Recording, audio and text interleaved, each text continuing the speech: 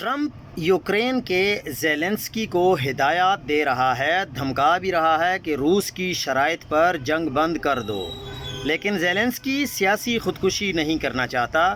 Europe بھی Zelensky کے ساتھ ہے۔ یوکرین اور یورپ امریکہ کے کہنے پر اپنی آزادی اور مستقبل کو قربان نہیں کرنا چاہتے۔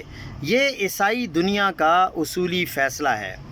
دوسری طرف ٹرمپ نے صرف اسلامی ممالک کو حکم دیا کہ ابراہم معاہدے پر سائن کرو، اس کی حمایت کرو۔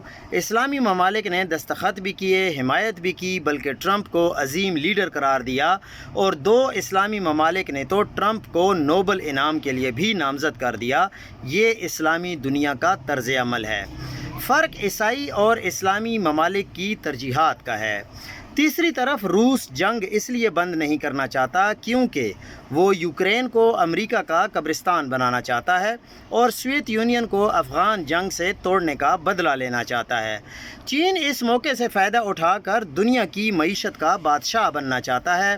بھارت، امریکہ، یورپ، چین اور روس کے ساتھ یکساں تعلقات قائم رکھ کر آہستہ آہستہ چین کے بعد دوسری بڑی معیشت بننے کی کوشش میں ہے۔ اب پاکستان کو کیا کرنا چاہیے، اس پر سوچ کا عمل عمران خان کو ہرانے کے بعد شروع ہوگا۔ ابھی تو صرف 3 سال ہوئے ہیں۔ پتہ نہیں ہے مجھے کیوں لگتا ہے کہ عالمی طاقتوں کی اس ریس میں ہم دور دور تک نظر نہیں آ رہے۔ ہم 1 قدم آگے اور 2 قدم پیچھے لے رہے ہیں۔